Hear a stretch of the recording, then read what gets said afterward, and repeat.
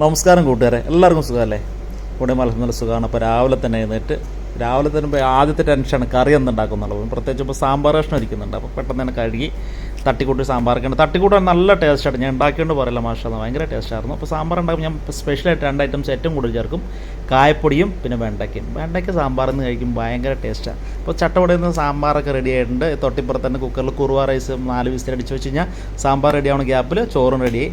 പിന്നെ 2 പപ്പടവും പൊരിച്ച് കഴിഞ്ഞാൽ അന്നത്തെ ലഞ്ച് റെഡിയാണ്. അപ്പോൾ റൂമിൽ ആരുമില്ല, ഞാൻ ഒറ്റയ്ക്കുള്ളൂ. അപ്പോൾ പ്രത്യേകിച്ച് സ്പെഷ്യൽ ഒന്നും ഉണ്ടാക്കണമെന്ന് പറഞ്ഞത്. പിന്നെ ഇപ്പോൾ നാളെ വ്യാഴാഴ്ചയല്ലേ, അപ്പോൾ ഇന്നത്തെ സാമ്പാർ ബാക്കിയത് നാളോട് കൂട്ടി കഴിഞ്ഞാൽ ഈ ആഴ്ചത്തെ ഫുഡ് ലഞ്ചിൻ്റെ കാര്യം ക്ലിയറായി. പിന്നെ ബാക്കി പിന്നെ വെള്ളിയാഴ്ച ബിരിയാണി ഉണ്ടാക്കണം. പിന്നെ പ്രത്യേകിച്ച് ഐറ്റംസൊക്കെ ഫ്രിഡ്ജിൽ വെക്കാനും മടിയല്ലേ.